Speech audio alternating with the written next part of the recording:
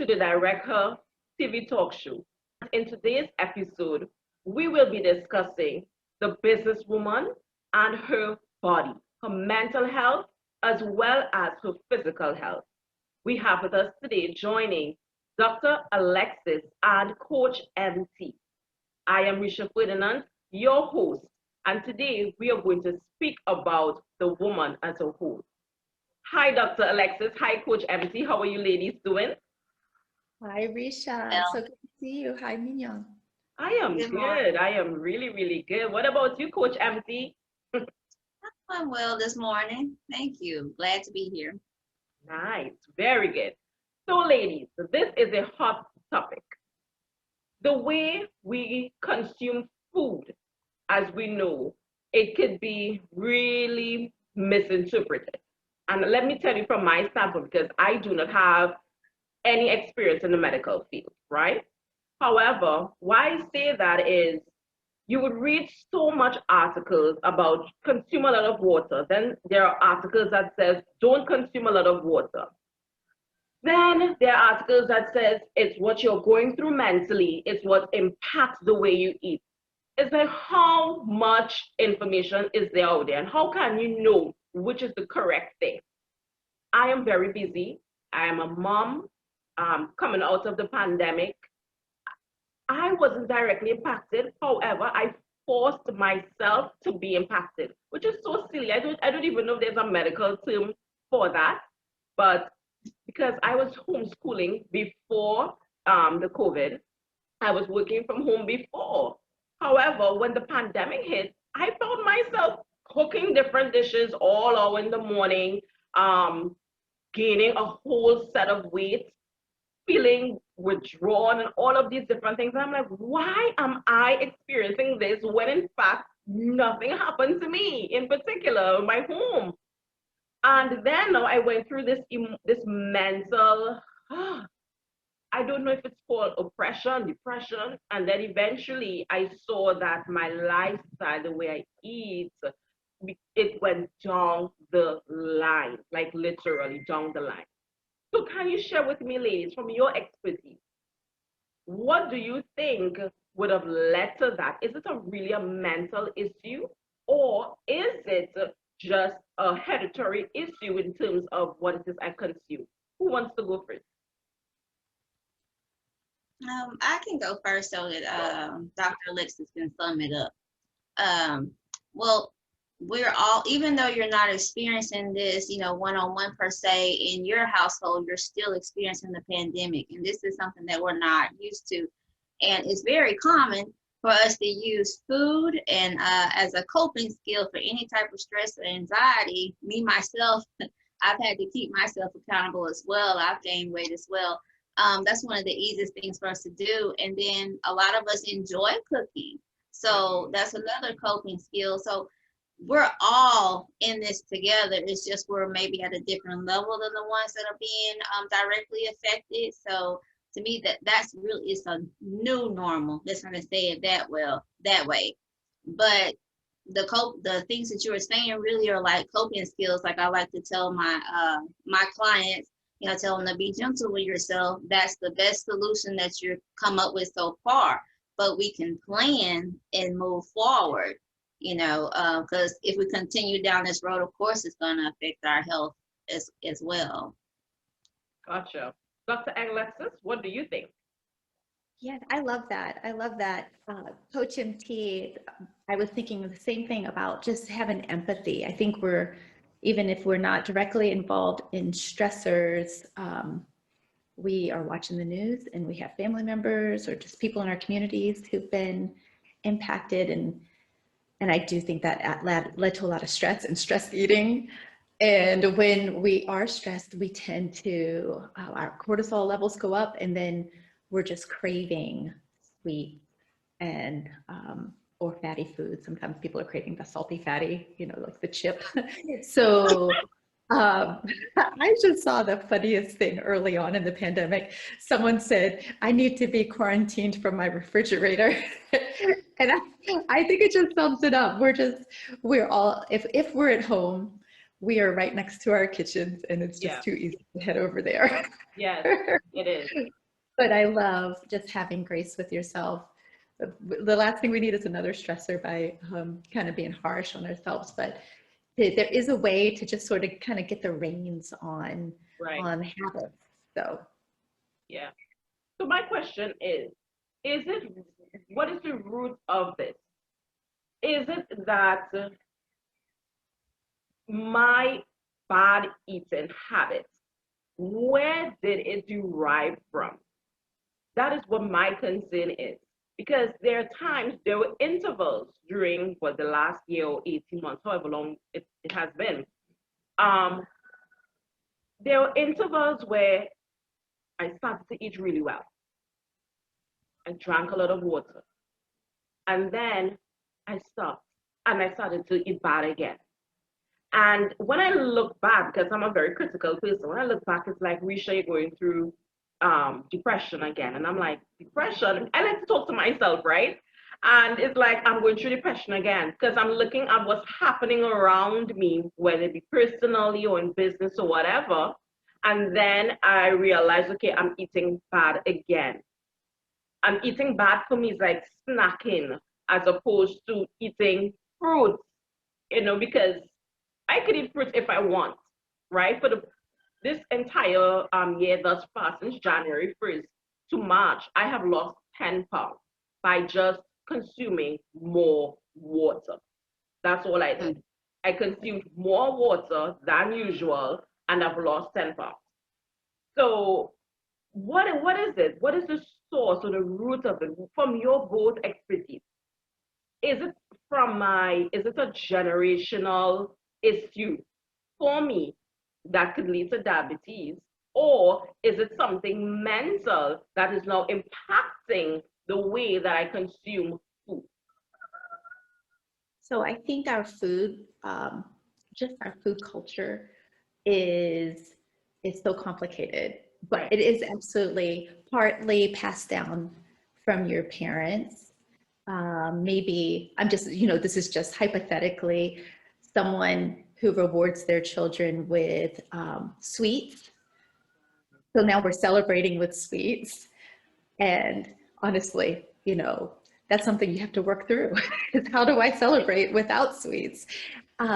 Or self-soothing with sweets, the same thing. And that part is sort of just biology because um, those foods stimulate our dopamine and make us feel a little bit happy. And so we could sit down and take in, a pint of ice cream, and for a short time, we're going to actually feel better.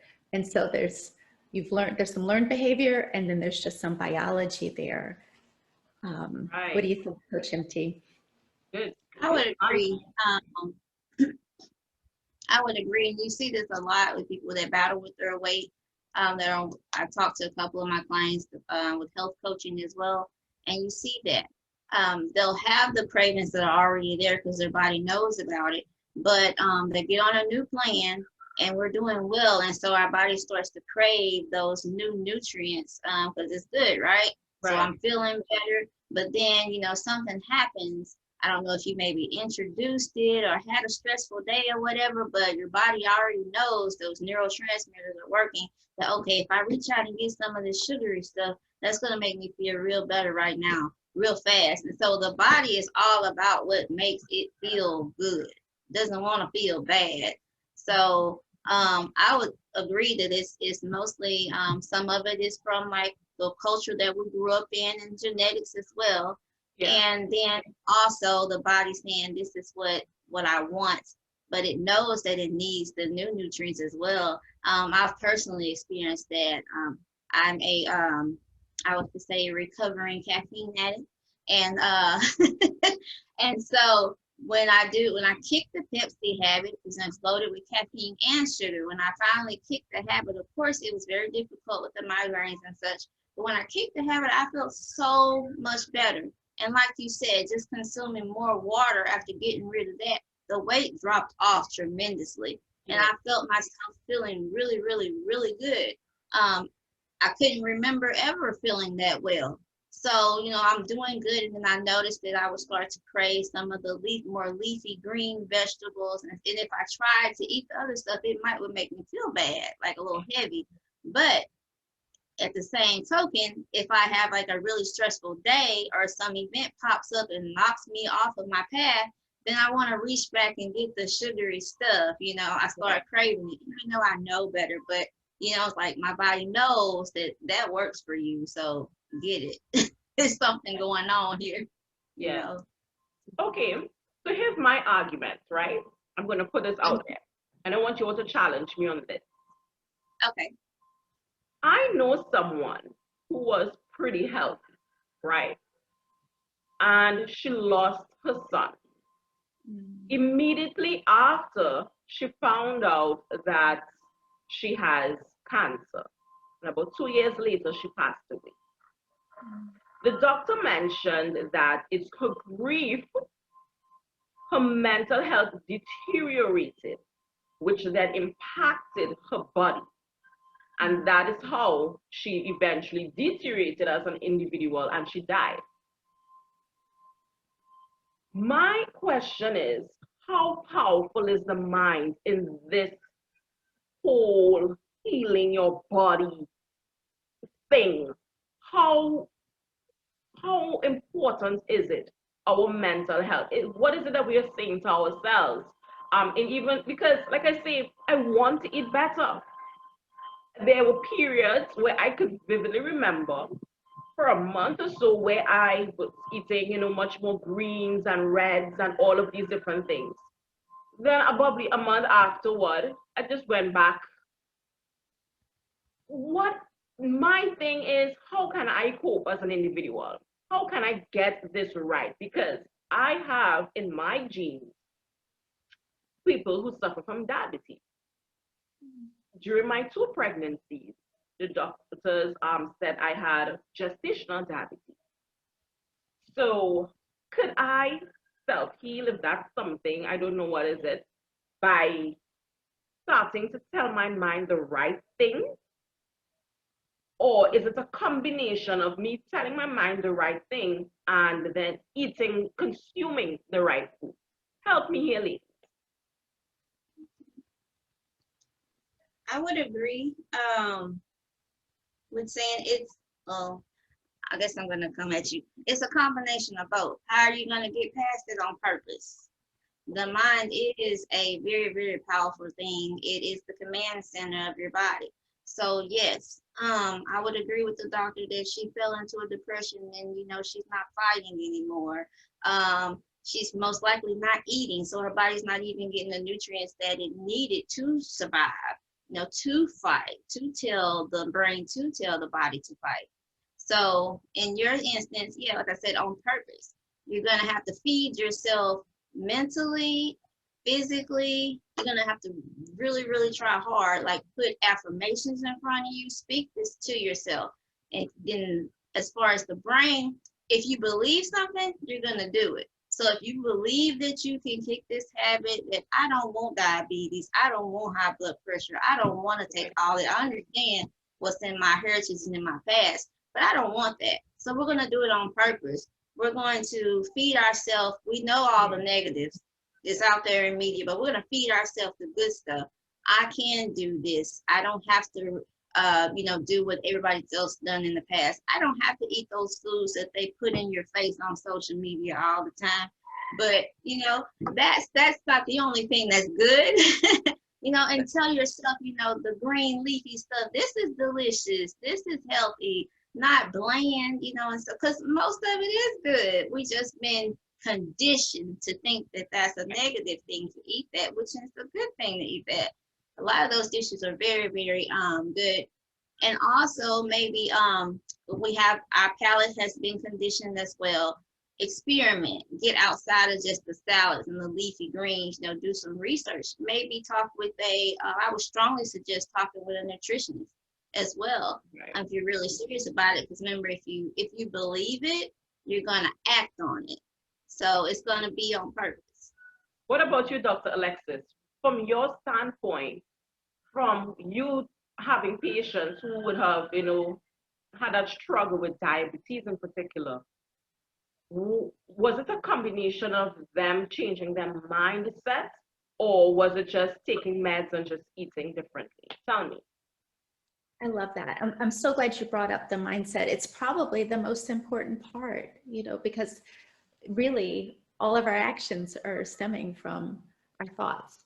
And Yeah. so when we set our minds, and we might have to practice, like Coach MT was saying, with affirmations even, just having our mindset that we are going to carry out certain behaviors, certain patterns. And so whether that be drinking plenty of water, putting it in the schedule, planning out in your planner what your meals are going to be, Yeah. having, this is my little show and tell, having your snacks ready so that you can grab them. You don't have to, just succumb to what's convenient, because you've already made healthy convenient. But all of that does take the mind. It all takes planning. And if there's, if you're overwhelmed and stressed or feeling depressed, you may not have the inner motivation at that point to do all Right. that planning. Yeah. So the mind is super important, but the habits are really, it's like the mind is in the driver's seat, but your body's got to, Yeah. your body has to be the car to get you there. Yeah. And so in terms of like our genetics, it's about 20% Okay. of type 2 diabetes that's Yeah. related to the genes. But in that, so if 80% of people who have type 2 diabetes, that's not genetic, that's just lifestyle. Oh. 20% have genetics. Now, if diabetes is running in your family, it doesn't mean it's genetic, because Oh. food and culture, that also runs in the family. So what we're eating, what we're drinking runs in the family in that sense, those habits get passed down. But let's say it was genetic, that doesn't mean that those genes automatically give you type 2 diabetes. It's just set up, and so that means if you know that you might have, for instance, in my family, there's a high risk of diabetes, and type 2 diabetes in my family as well. And so I know there's a setup. So I have to be really vigilant for me and for my family at trying to do the healthy things that are going to prevent that. And I just wanted to say one more thing, because we were talking earlier about why do I keep going back to my bad habits? Yeah. And I think we've all struggled. Well, I can't speak for everyone, but I've struggled with that. I know, and so I literally have to set myself up for success, because if I go in the kitchen and the only thing I see there is some bread, Yeah. and I can't find anything that's a better choice for me, there's a good chance I'm going to grab the bread. And yeah.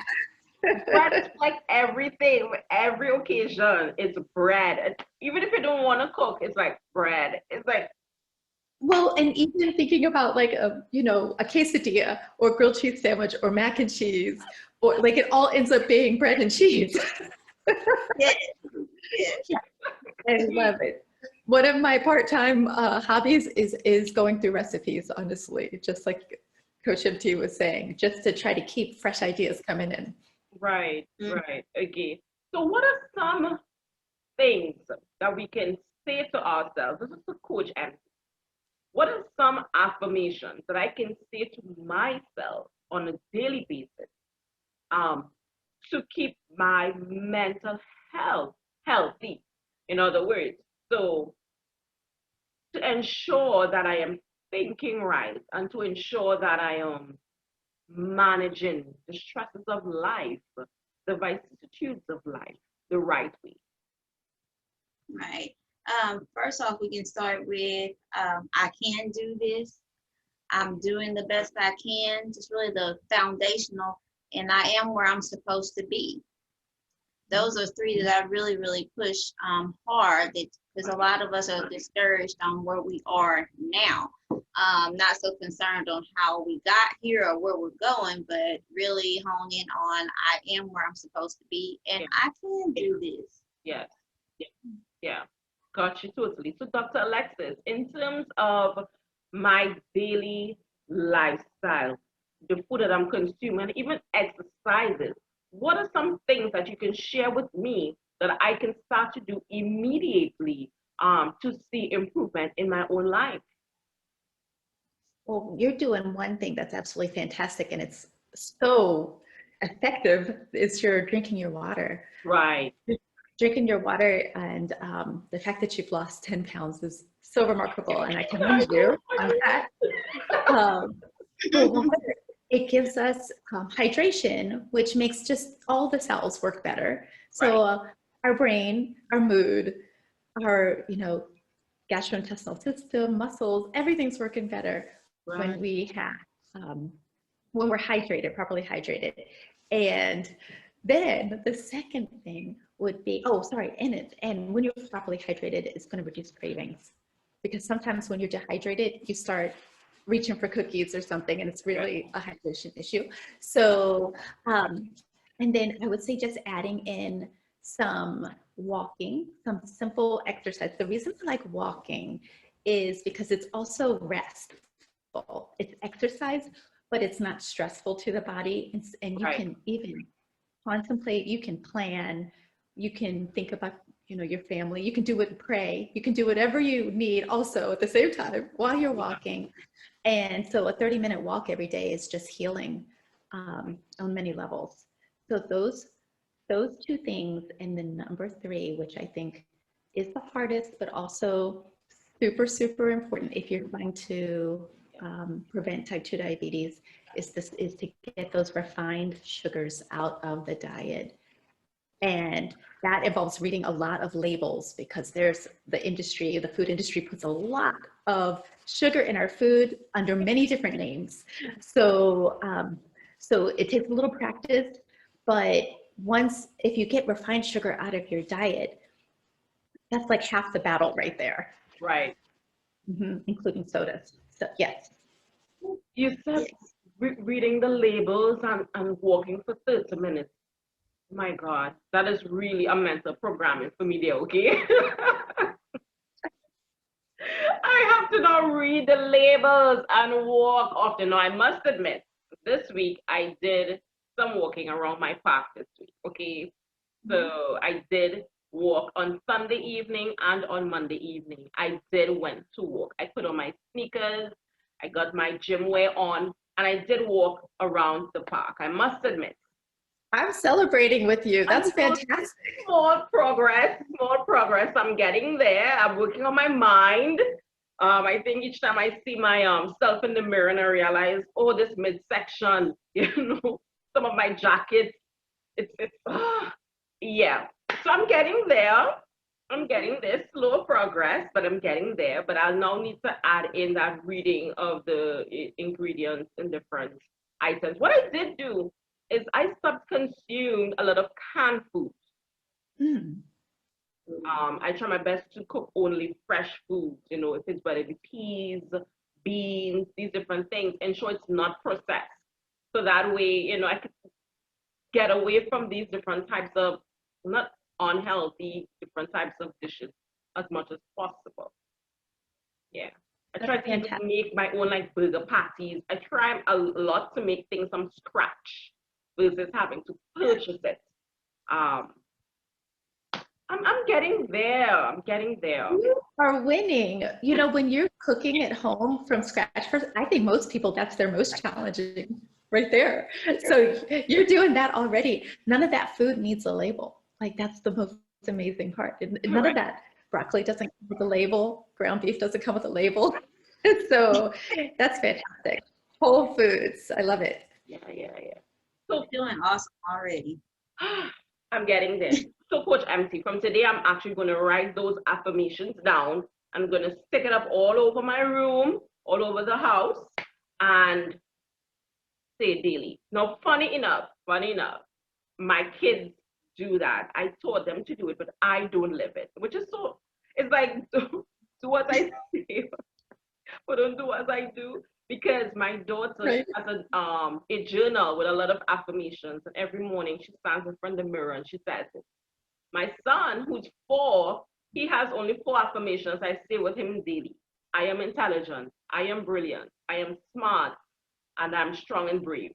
And every day we make sure and we say those 4 affirmations because he's only 4 years old. Eventually, add more affirmations to it. And I've actually seen where it has impacted my son in particular in the way he does things. Because, like, if there is a roach in the house or a lizard, he'll be like, I am strong and brave. I can do this. I can. So, he has become fearless because he told himself consistently that I'm strong and brave. Yeah. So it really does, our mindset really impacts the way that we live, the way that we handle things, whether it be proactively or reactive. Any closing remarks, Yes. ladies, at this point? Yeah. Just to add to that, for us not to beat ourselves and not to take part in and enjoy those small wins. We don't do that enough, especially as adults. We do it for children, we encourage them, but we're like, oh, but I can do better. And you will, but don't discredit those small wins. And I also tell the main reason why we don't want to do the things is because at first it's unpleasant, but it's for a positive reason. It's worth it. Yeah, got you totally. What about you, Dr. Lex? I love that. And I think that another tip or the thing that we need is to just do things in community. Sometimes it's really hard if you feel like you're the only one trying to not drink soda, or, but just finding that community where everyone is trying to have a healthier diet or exercise, having an exercise buddy, some kind of accountability partner, that really goes a long way too.